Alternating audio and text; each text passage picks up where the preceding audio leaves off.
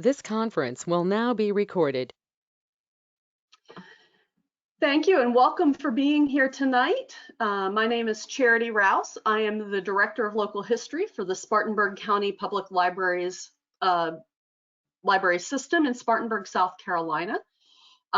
This is an ongoing monthly series that we have migrated online, and we are glad to have people from all over the place. And yes, if you have some other programs local to you that you want to post in the chat, you're welcome to do that. My colleague Kristen will be helping monitor questions, and we are just glad that you are joining us for Naturalization and Immigration Records tonight. Hope you get a little bit of information about the process of immigration and naturalization here in the United States, and also how things changed over time. I've got some great examples to show you, and there is a handout, and it is in the chat. Okay. And if you're watching the video online on the recording on our library's YouTube channel, which will be posted hopefully by the end of the week, that handout is in the See More under the description underneath. So we are glad you're here. So immigration and naturalization records. My family has been in the United States, came into Virginia pretty much every side of it very early. So for this program, I do have to adopt some other people's relatives. And so I will credit those as I get to them. So, okay, there. One of the folks that I am deeply indebted to for this program is Kathy Klein, one of our genealogy patrons at the library. And she has graciously allowed me to use her grandparents' papers throughout the presentation. This happens to be a certificate of naturalization for her grandfather, Joseph Cazole, when he naturalized in 1927. And we'll see some of his wife's papers in a little bit. But the certificate of naturalization is one of the papers that you will most often find in a family or personal collection that is not generally the document kept at the court. So some definitions that we need to talk about as we get started. Naturalization is the process and the admittance of a foreigner to the citizenship of a country. Immigration with an I is the act of coming to live permanently in a foreign country. And immigration with the E is the act of leaving one's country in order to settle permanently in another. So some records are going to be on the immigration, the arrival side of things, and others are going to be on the exiting side of things. And it never hurts to check both. So here in the US, the earliest naturalizations were done by the colonies. In the 1600s, 12 of the 13 colonies had naturalization laws and kept records. If your people were in New Hampshire, you're out of luck. They did not keep records or have naturalization laws. These records will be found on the state level and typically either held at the state library or the state archive, depending on the state, historical society in some cases as well. So research what state you're looking at and find out where to ask that question. There are plenty of state level resources on how to locate those records, from the Family Search Wiki to the Ancestry Red Book and their Learning Wiki now, to researching the state guides by the National Genealogical Society and others. So those resources are out there. So a few laws, and these are key moments. These are in no way, shape, or form exhaustive. That would take us days. But in 1740, so, you know, first European Americans of the British persuasion came in 1607 to Virginia, 1620 in Massachusetts, and little by little spread across the eastern seaboard. But by 1740, the British Crown first says that you can have colonial naturalization and citizenship, and you are the citizen of your colony and Great Britain.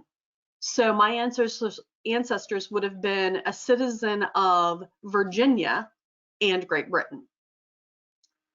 So 1776, we declare our independence. We are working to become independent. We are fighting a little minor revolution.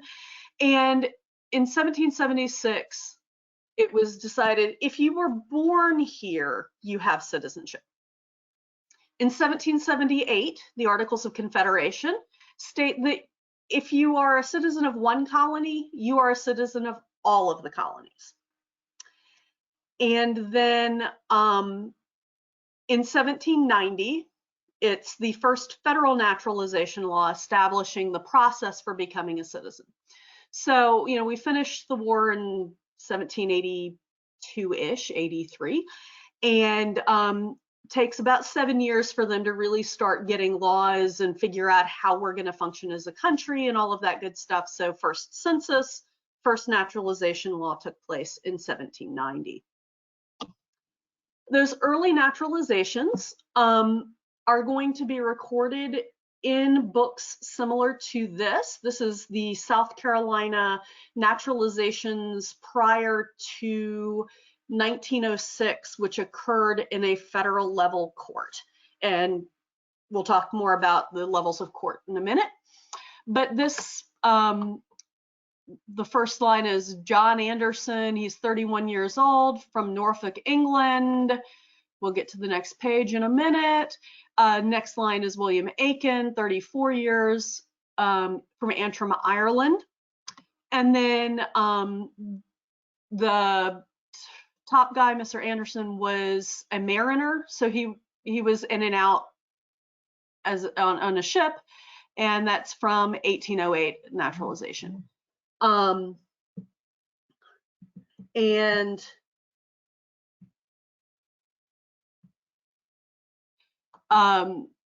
the second gentleman here from Ireland is in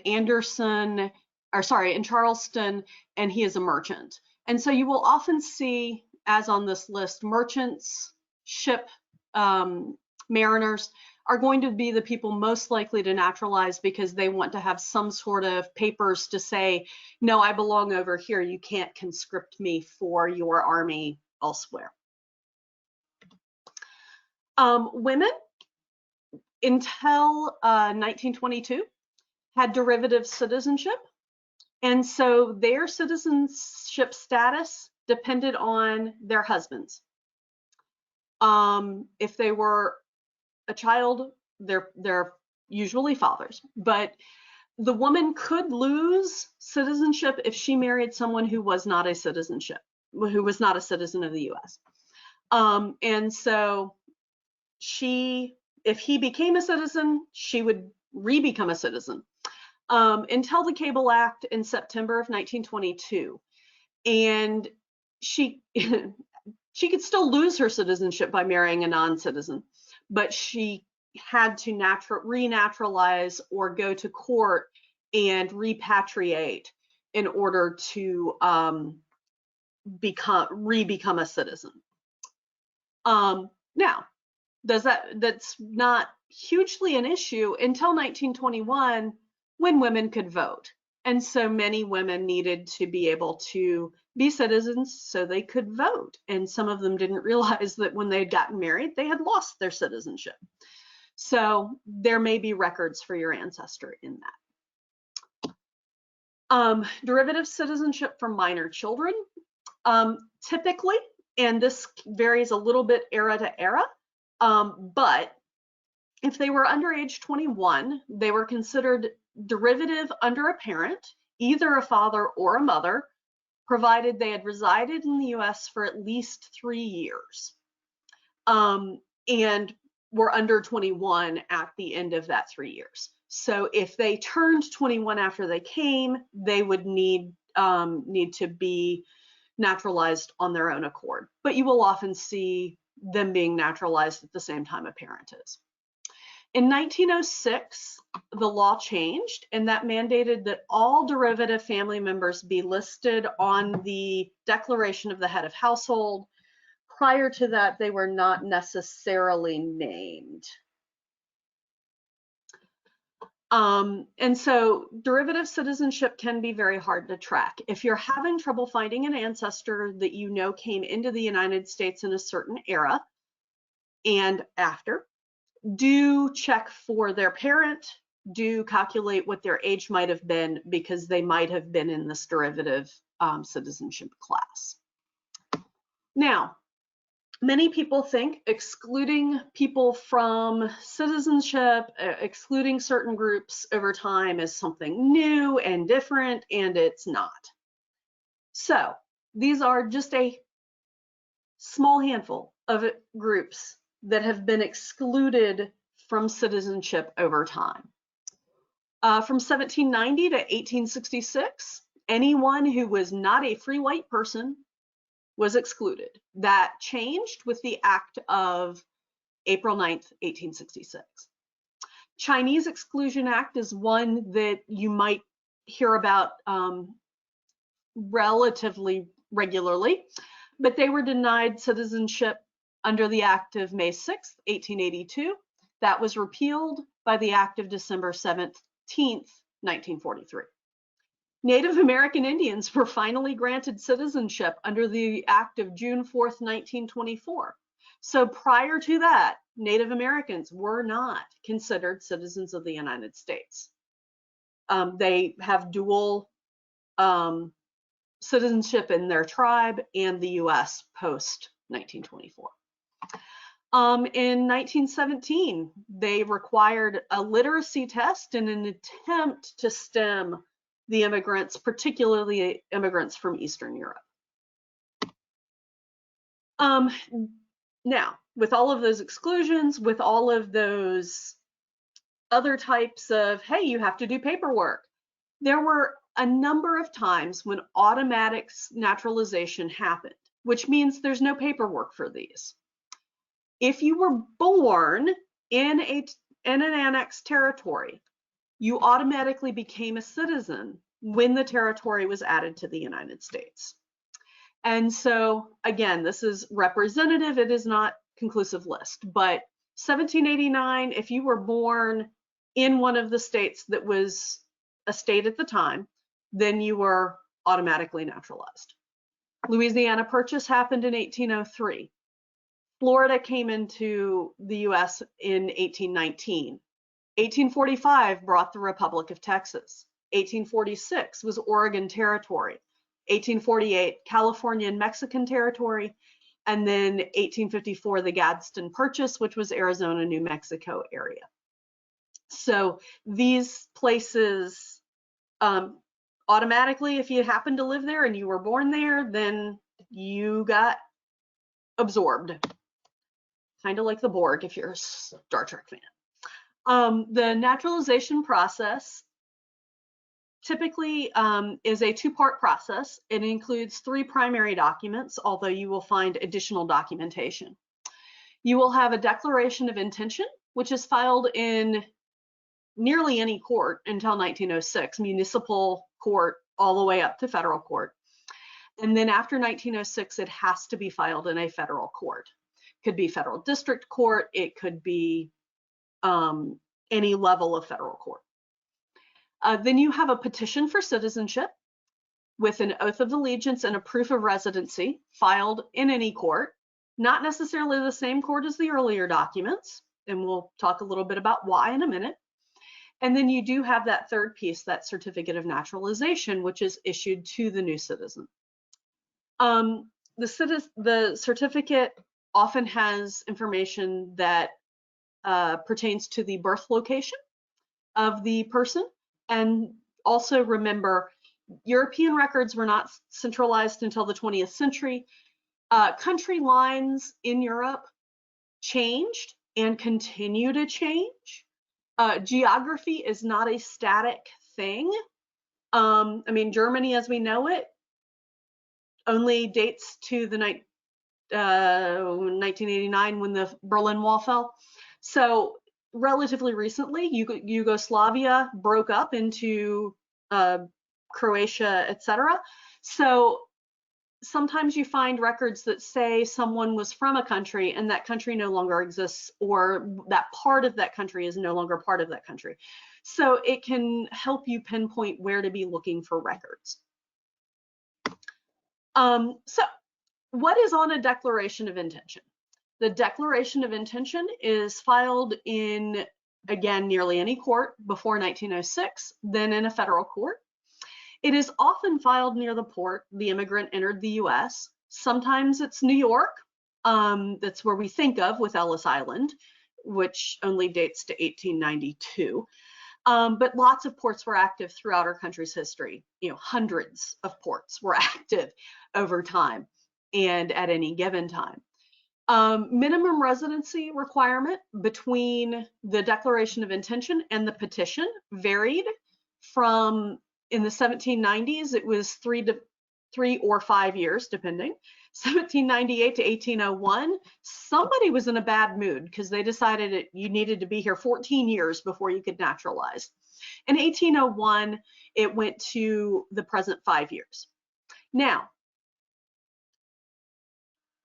sometime in the 20th century, it did change that you could, I think it was with the Cable Act of 1922, that you could file your Declaration of Intention and the petition at the same time, as long as the residency requirement was met.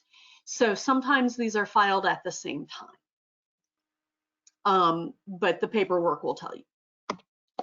This is what one looks like. This happens to be an Ohio collection. And Adele DeRosa, I have no idea who she is. It was just a nice looking document. Cuyahoga County, in the Common Pleas Court of Cuyahoga County, Cleveland, Ohio. And it gives a person's name, it gives their address, it gives their occupation and their age, a physical description. She's got gray hair, she's 5'3". Race, South Italian.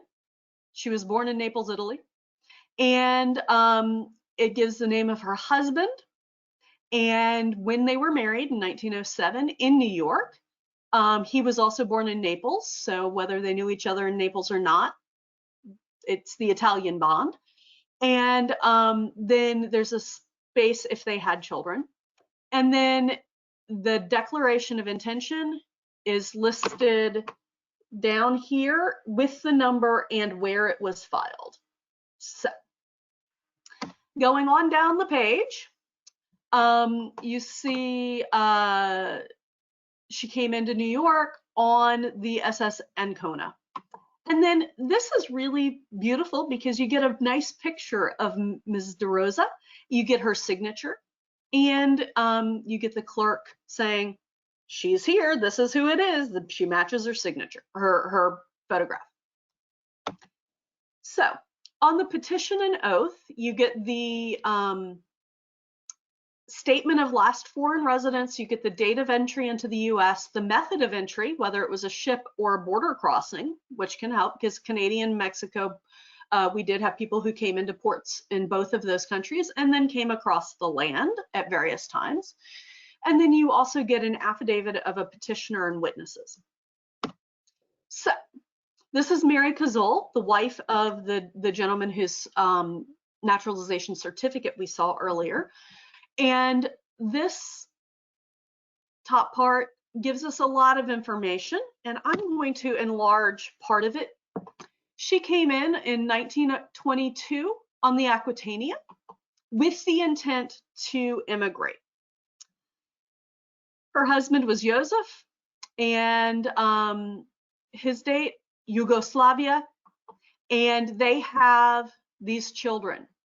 Now, Mary was born in 1912, and one in 14, one in 1917, one in 1919, and one in 1922 in Yugoslavia, and then one in 1924 in Philadelphia. they were married in 1911, and her husband was naturalized in 1927. This is in 1929. So they were living in the United States well before they chose to declare their intent to immigrate and come back in. Now that 1922 date is kind of important because they were rushing to get back into, sorry about that, back into the United States before the Cable Act went into effect. So anyway, so the children who were born in the United States are listed. The one in from Yugoslavia is going to have to be naturalized under her mother's naturalization because her father was naturalized in 27 and did not include the children for whatever reason, or marry, because after September of 1922, she had to do it on her own. You come down here, you get her signature, Maria, M-A-R-I-A. So we've got Mary, M-A-R-Y, M-A-R-I-A, Maria. And then Joseph is signing as witness, as is Mrs. Angela Younger, I believe. And so you have that information.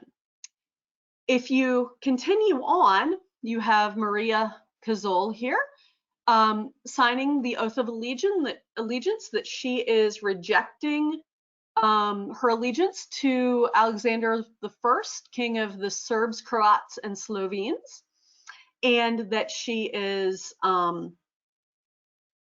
admitted to naturalized citizenship in May of 1928. And then you go down the back of the page. Always look at the back of the document. Always look at the back of the document. And if there was a reason that the court thought that it shouldn't be, that the person should not be given citizenship, they would say. If they had to wait for paperwork to come in for some reason, it would be listed here.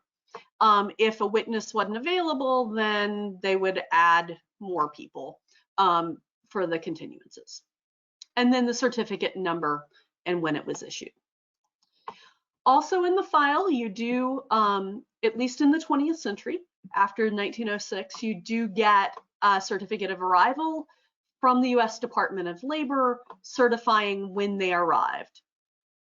And what ship. So where do you find these records? Before 1906, courthouses, federal, state, county, municipal, it could be anywhere. State and federal archives, libraries, historical societies may have the records because they've been transferred for safekeeping. After 1906, you're going to want to look at the NARA, National Archives Record Administration, regional facility that holds records for the federal court that handled the papers.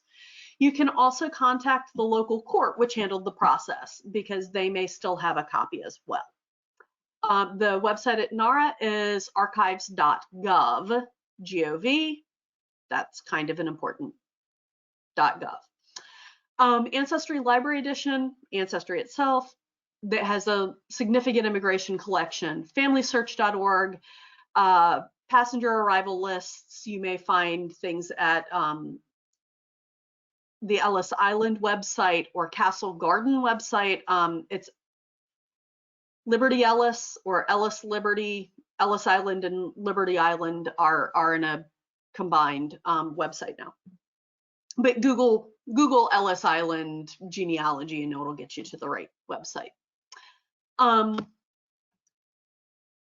these places, you may find an index card that tells you this is where to look for this. Maria, M-A-R-Y-A. So this is spelling number 4, I think, if you're playing along on the spelling game. Cazol. This is what Kathy found initially that helped her find the records. She had the certificates, but she didn't have the records. And so she found this court card that listed that Mary had been naturalized to Philadelphia in the district court in 1928. The Declaration of Intention did not have to be done at a separate time because of the Cable Act in 1922, and she had the residency. She had been in the US for long enough. Passports can also be an interesting place to look for people. They've been issued by the federal government since 1789. The National Archives has passport applications from October of 1795 to March of 1925. Again, go to archives.gov, search for passport records, and you should get to what you need to get to. The US State Department has the records from April 1925 to the present. They're kind of pricey to request, although one major records cost hike that they tried to institute was declared unlawful. So it may not be as expensive as it was the last time I looked at those. Please note, the passports were also issued by states and localities from early up until August 23 of 1856, when the State Department became the place with the sole authorized issuing ability. But passports were not required for travel by US citizens until World War II. And then it was still not required for all travel, because I know in my childhood and teenage years, we went to Canada and we did not need a passport. We just needed our birth certificate to prove we were born in the United States. To travel to France at the end of high school, I did have to have a passport. So it's just going to vary a little bit. So obviously 20th century, if they traveled out of the country, you might want to look for a passport. This is from the Kazul family, and women and children were often covered by the husband and father's passport. And so this is a family portrait of mom, dad, and the oldest 4 children. And they are from Serbia. And this is what the passport looks like. This, again, is from Kathy's family collection, and I'm delighted that I'm able to share this really cool document with you. You will notice that this passport is issued by the Consulate General of the royals of the Serbs, Croats, and Slovenes at their New York City location, at that embassy, in the name of His Majesty Alexandra. And it gives a physical description of Mr. Kazul. And this was prior to that trip that they were returning from in 1922, when they went back. And so they went back after World War I, and they may have been trying to help family, that kind of thing. But obviously they chose to just immigrate to the United States and maintain their lives here. On the back, let me reiterate again, always look at the back of the document, particularly in this type of record. You get all of these wonderful stamps and dates and travel. They traveled back and forth numerous times. So just because somebody is on one ship manifest, it does not mean that they didn't travel back and forth a couple of times. So we tend to think of our people as moving once and staying put. For some families, that's true. For other families, that's very much not true. Here's a United States passport application. And this I found on Ancestry. And this is a something cousin of mine, a couple times removed. James Ross Allen, who was born in Blenheim, South Carolina, down Marlboro. And he is in 1919 headed to Brazil as a missionary. And you see this mark out of what the birth date says, and I'll show you why that was somewhat controversial in a second. He's never been outside the US, but he was born in Greenville, South Carolina. And he is a minister. So he's going to Brazil as a missionary. And he's swearing that even though he's going there as a missionary, he's not intending to emigrate, and he will uphold the Constitution of the United States.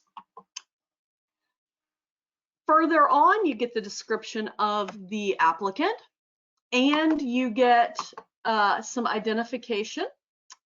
You also get a picture of him down here at the bottom.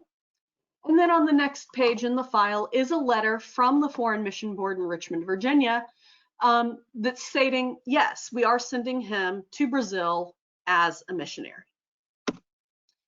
The last page of the file, his mama had to appear because in 1919, South Carolina had been issuing birth certificates for all of 4 years. And so he didn't have a birth certificate. So his mama had to show up in court and testify when she said he was born. And what she said didn't match what he said, and they took her word for it, which is why you get the crossouts on the front page and the handwritten in.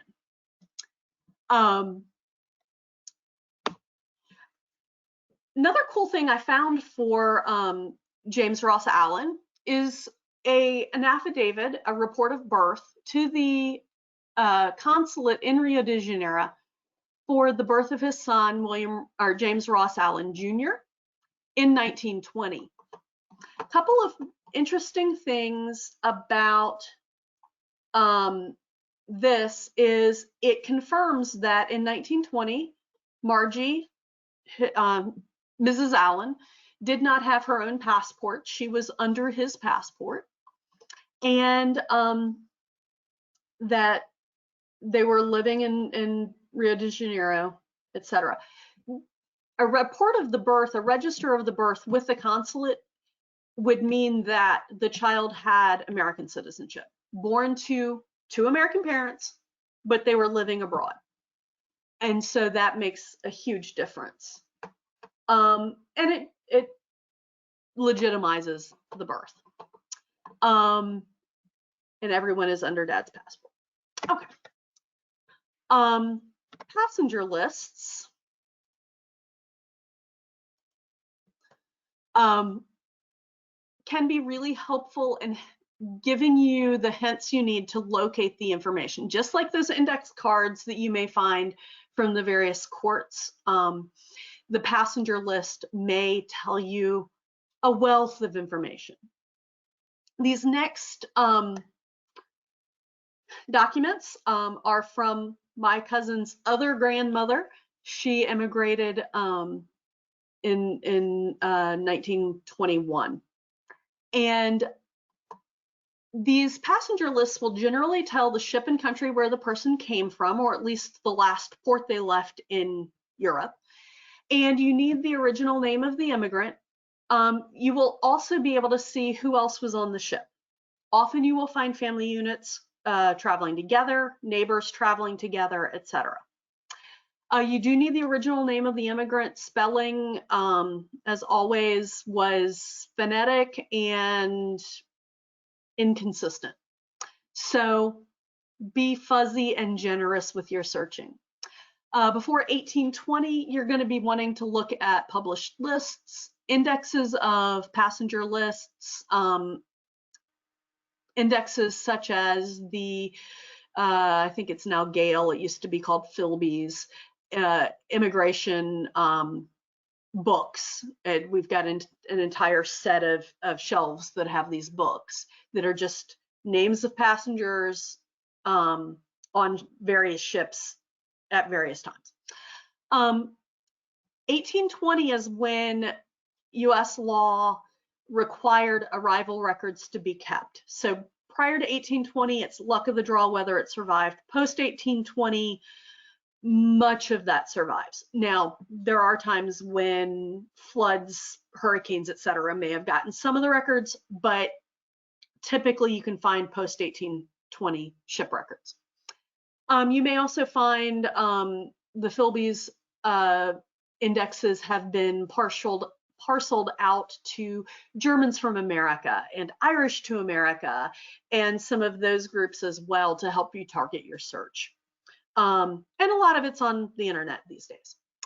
This happens to be, and there were roughly 100 points of entry as of 1900 for the United States. Some of the bigger ones were New York, Ellis Island, Baltimore, New Orleans, Boston, Philadelphia, as well as Galveston, San Francisco, Portland, etc. on the West Coast. Border crossings of Canada and Mexico as well. This is a manifest for 1921, I believe. And it is a list or manifest of alien passengers. Aliens do not mean little purple beings from outer space. It just means not naturalized, not citizens, someone alien to the place. And this is the SS Stockholm sailing from Gothenburg, Sweden. And I'm blowing up her line. Her line is down here almost at the very bottom. And Alma Helfrid Theresia Peterson is female, single, age 21, a house worker. She can read and write in Swedish. She's from Sweden. She considers her race Scandinavian. Her last residence was Higby, Sweden. And the name of someone back home was her mother, Ida Peterson, and her destination is Brooklyn, New York. Now, always, always, always look at the back of the page. See that big 27? This is the back of page 27. Because in 1921 and surrounding 22, they are asking all sorts of interesting questions. And so, yes, she has a ticket to the final destination. She paid for her own passage. If she is in possession of $50 or if less, how much? She has $25. No, she has not been to the US before. She is going to join her cousin, Christina Janssen, at 554 85th Street in Brooklyn, New York. Do you intend to return to the country of origin? No. Length of intended stay in the US? Ever. Do you intend to become a US citizen? Yes. Have you ever been in prison? Are you a polygamist, anarchist, believe in the violent overthrow of the government, or whether, and those were all no, whether coming due to a promise of employment in the US, whether she's been deported within a year, all of these are no for her. Condition of health, physical and mental, good. She is not deformed or crippled. She is 5'2", she was a little lady. She's fair complexion, light colored of hair, blue eyes, has no distinguishing marks of identification, and her place of birth was Higby, Sweden. So this tells us a whole lot of information, particularly the name and address of the cousin.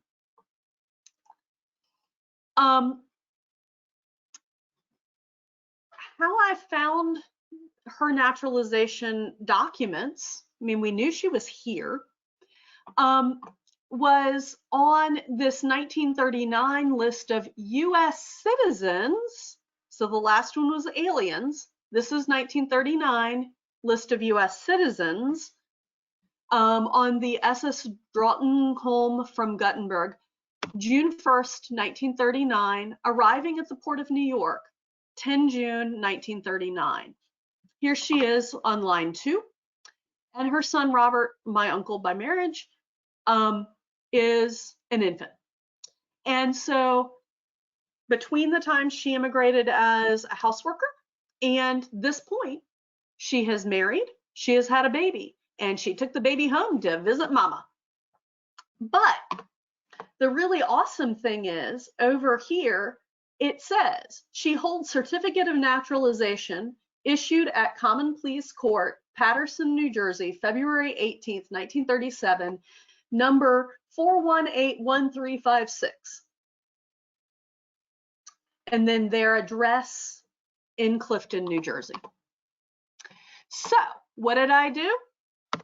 I contacted the Passaic County Clerk there in Paterson County, or in Paterson. Anyway, I paid the $8 to get the copy of the records, and I went ahead and got it as a certified copy so I could give it to my uncle because he did not have his mother's papers. And they sent this. It's kind of hard to read, but it has all of the information we talked about when she came over, what the name of the ship was, who her husband is, and then her signature here at the bottom. And then on the bottom, you get the affidavits of 2 witnesses, 2 of her friends or neighbors were there, and the official seal of the clerk of the county, since I paid the extra $3 or whatever for the certified copy.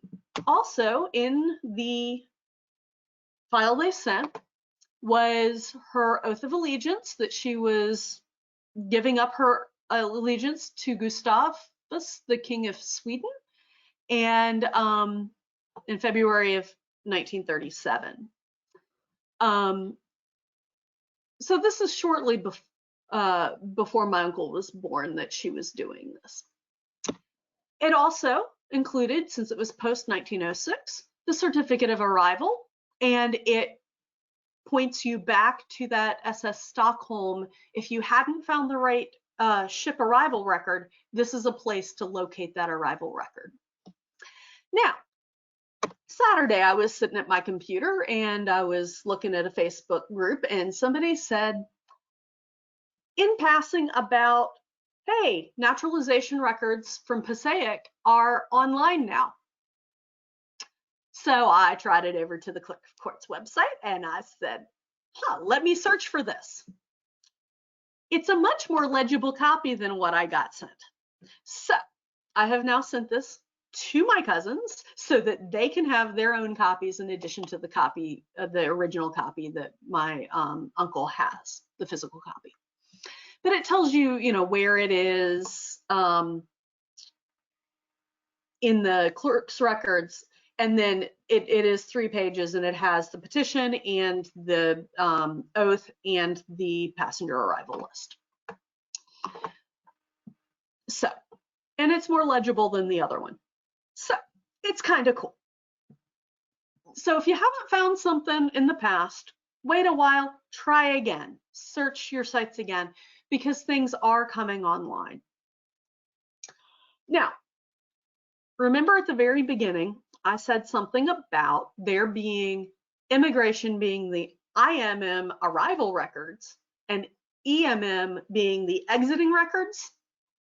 Well, September 1922, the SS Stockholm, this is, I don't read Swedish, but this is the record from when they are exiting Stockholm to leave, to enter New York with the English passenger list.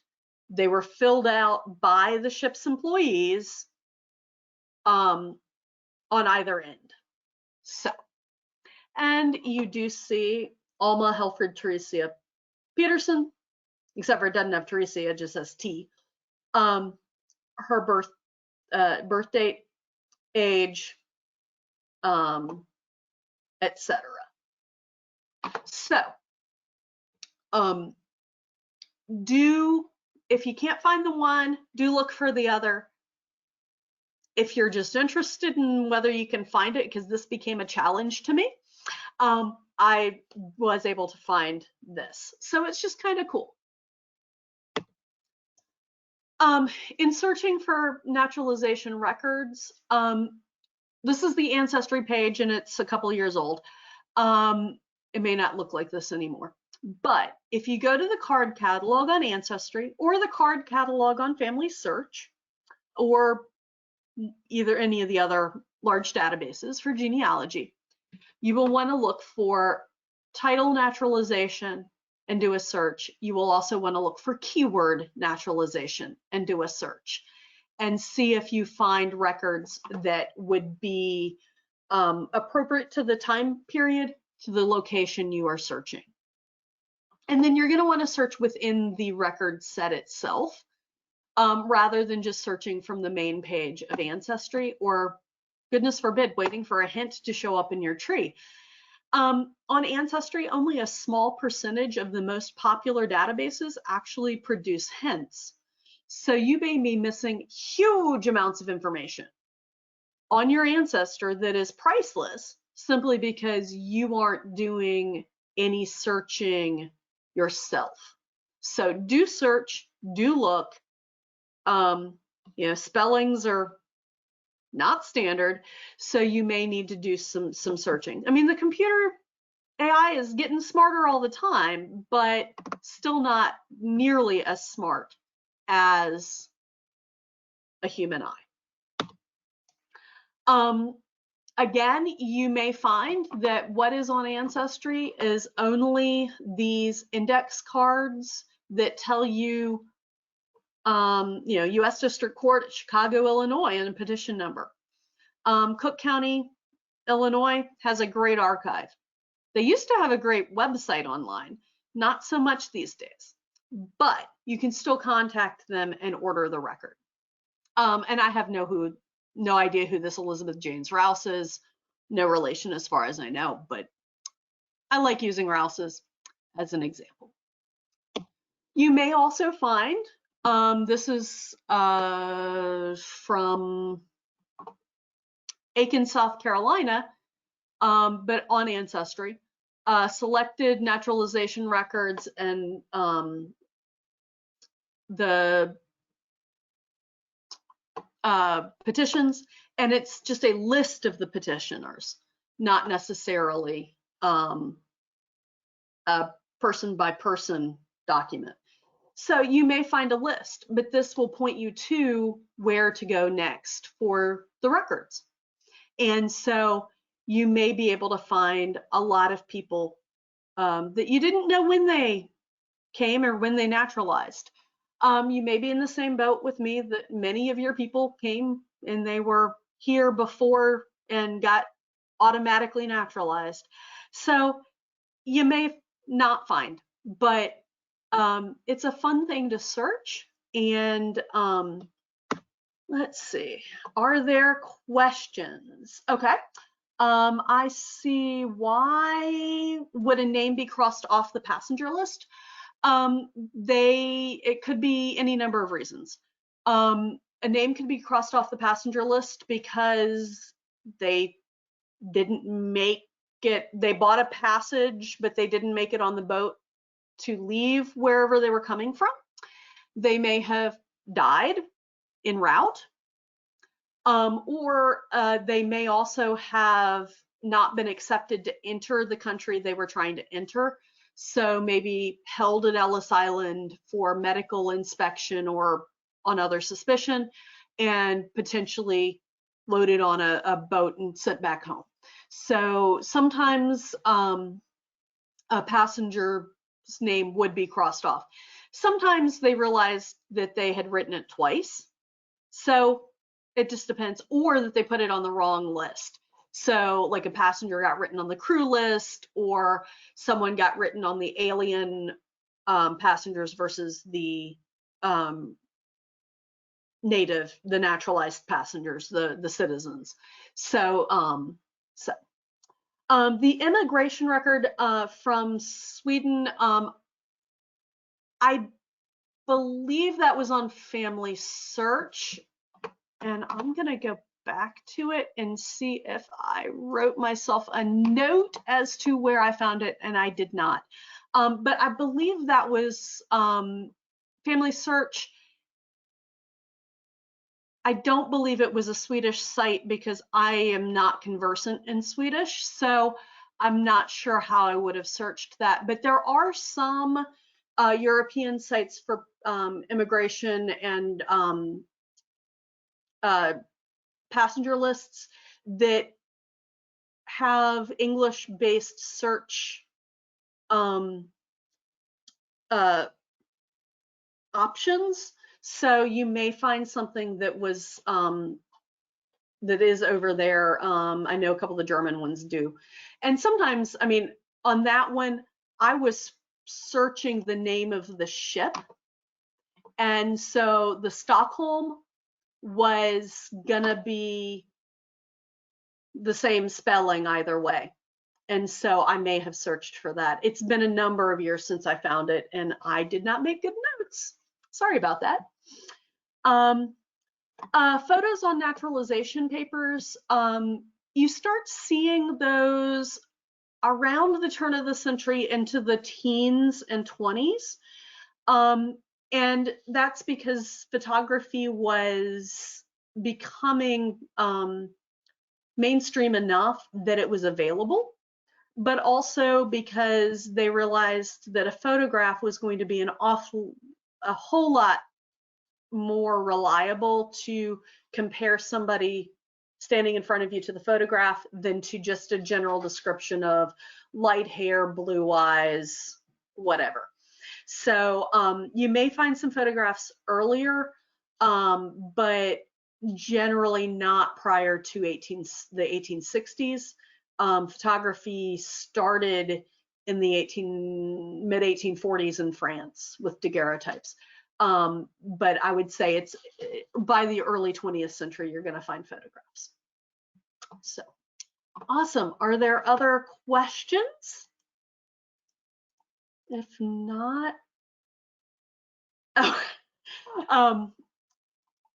that was an eagle eye. The passport document from Croatia and Slovenia was written in French. It wouldn't surprise me because French was the international language of that time period, particularly.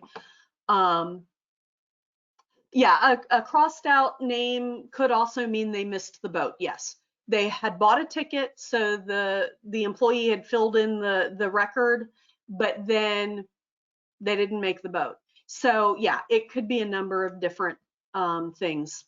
So thank you so much for coming tonight. Thank you for your interest in naturalization and immigration records.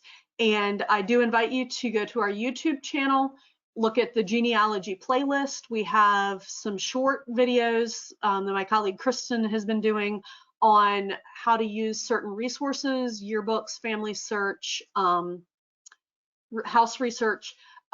Genealogy on the Go is that series, as well as the backlog of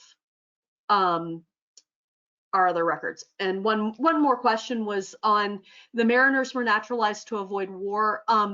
There were conscriptions where the British Navy on the ocean would come up to another ship, haul a bunch of able seamen off of the other ship and conscript them into the British Navy.